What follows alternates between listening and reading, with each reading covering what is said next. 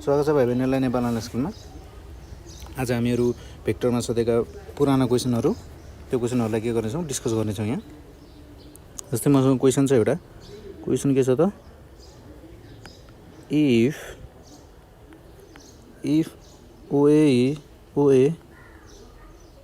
OA vector is equals to A अनि त्यसै गरी A भेक्टर त्यसै गरी OB vector is equals to के त B vector OM vector is equals to M vector and के भन्छ त M डिभाइड्स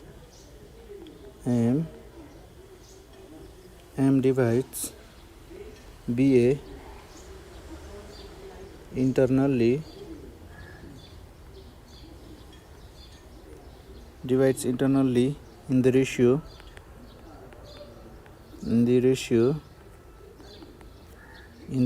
of 3:2 को रेशियोमा डिभाइड गरेको छ भन्छ हामीले। देन प्रुभ दैट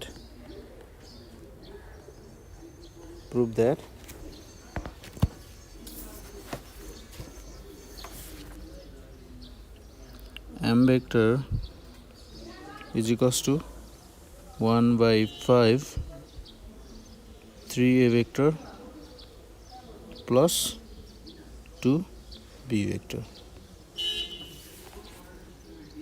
अब यसको लागि हामीहरूले फिगर बनाउन सक्छौँ।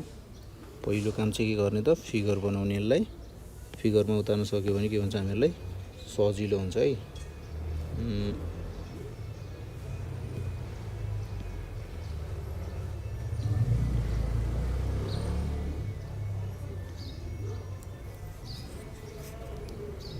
यो मेरो OB लाइन भयो अनि त्यसपछि यो मेरो हुन जानेको AB लाइन अनि त्यसै गरी यो भयो मेरो OA लाइन। अब के गरेको छ भन्छ त, यो मेरो OB हो भने यो OA हो भने ओबाट यानि कि एमसम्म, किनकि एमले के गरेको छ त एबीलाई डिभाइड गरेको छ कुन रेसियोमा, 3:2 को रेसियोमा। यो हुने भयो मेरो A भेक्टर, यो हुने भयो मेरो M भेक्टर, यहाँनिर छ M, यो भयो मेरो B vector.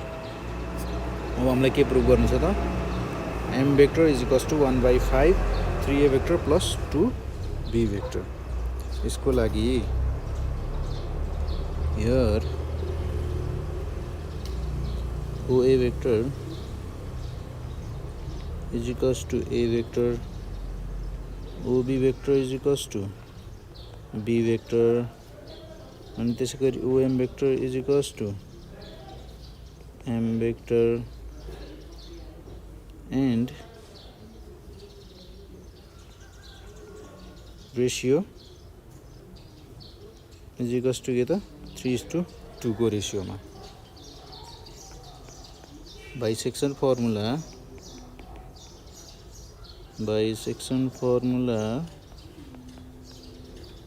Of internal division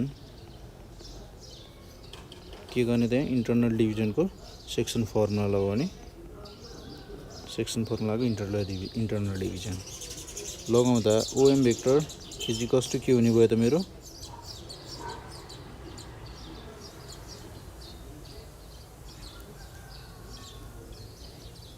3OA vector हुने भयो plus 2OB vector upon 3 plus 2 एक्सन भएको भए के हुन्थ्यो, माइनस हुन्थ्यो। अब के गर्ने त यसलाई, OA भेक्टर भनेको मेरो के छ त A भेक्टर, त्यसै गरी OB भेक्टर भनेको B भेक्टर 3 प्लस 2 5। प्रुभ गर्नुपर्ने चिज त हामीहरूको के भइहाल्यो, यही नै प्रुभ भइसक्यो। OM भेक्टरलाई हामी के पनि लेख्न सक्छौँ त, M भेक्टर पनि is equals to 3a vector plus 2b vector upon 5 के त प्रुभड। यसरी हामीहरूले यस्तो टाइपको क्वेसनलाई जुन चाहिँ के थियो त सिम्पल फर्मुला लगाउँदा मात्र पनि हाम्रो प्रुभ गर्नुपर्ने चिज आइसकेको छ।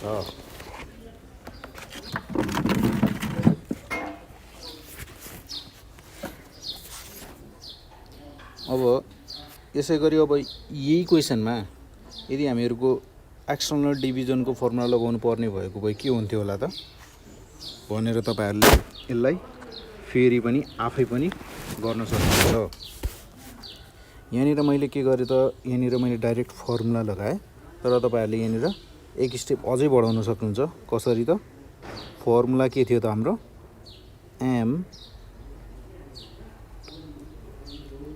m o p vector plus n o a vector upon m plus n। यो मेरो के थियो त m/n। हामी तपाईहरुले यसलाई यसरी अझै आफ्नो तरिकाबाट लेख्न सक्नुहुन्छ है।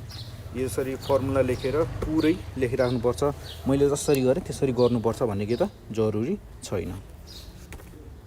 त्यसै गरी मसँग अर्को एउटा क्वेशन छ। त्यही क्वेशनले के भन्छ त the position vector of a and b। दुईटा हामीहरुको भेक्टर छ a एन्ड b भनेर भन्छ, अनि त्यसको के त पोजिसन भेक्टर दिएको छ हामीहरुलाई। द पोजिसन भेक्टर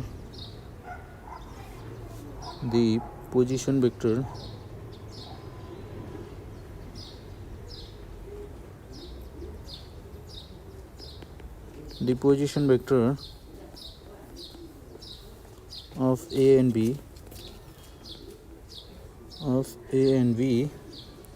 are के छन् त 5i vector plus 3j vector and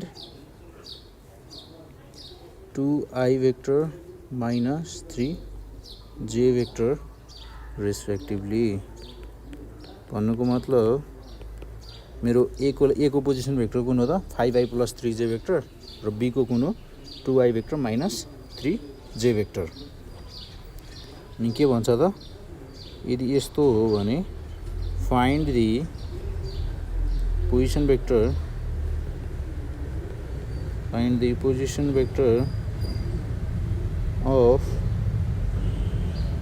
of the point P which divides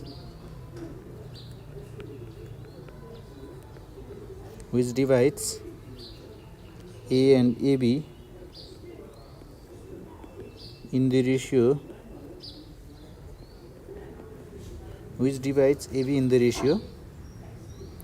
of 2:1। 2:1 को रेशियोमा के गरेको छ त डिभाइड गरेको छ भनेर भन्छ। Here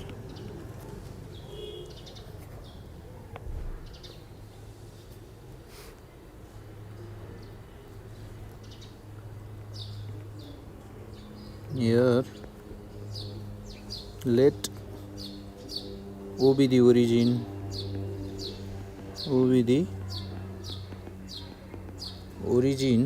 then OA vector is 5i vector plus 3j vector। त्यसै गरी and OB vector is equals to के छ त मेरो 2i vector minus 3j vector है। डिभिजन रेशियो कति छ त हामीहरुको डिभिजन रेशियो भनेको मेरो m/n। यो कुन रेशियोमा छ त मेरो 2:1 को रेशियोमा। अब हामीहरुसँग के छ त we have the section formula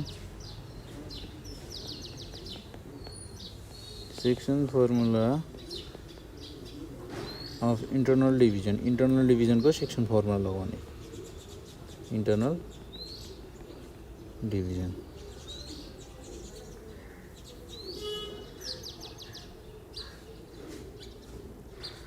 हामीहरूले के निकाल्नु छ त पोजिसन भेक्टर निकाल्नु छ के को पोइन्ट पी को पोजिसन भेक्टर निकाल्नु छ भनेपछि OP vector is equals to M हामीहरूले पहिला पनि फर्मुला लेख्दा यहाँ फर्मुला लेख्दा राम्रो है फर्मुला लेखेर गर्दा राम्रो एनओए भेक्टर अपन के हुने भयो त मेरो एम प्लस एन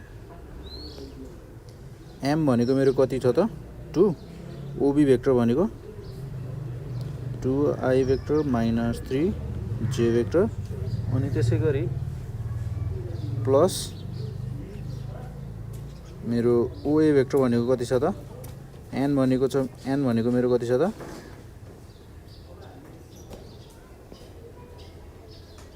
मेरो एम भनेको 2 अनि त्यसै गरी एन भनेको 1 ओए भेक्टर भनेको पोजिसन भेक्टर कति छ त मेरो ओए भेक्टरको 5i vector plus 3 J vector divided by M plus N भनेको मेरो 2 प्लस 1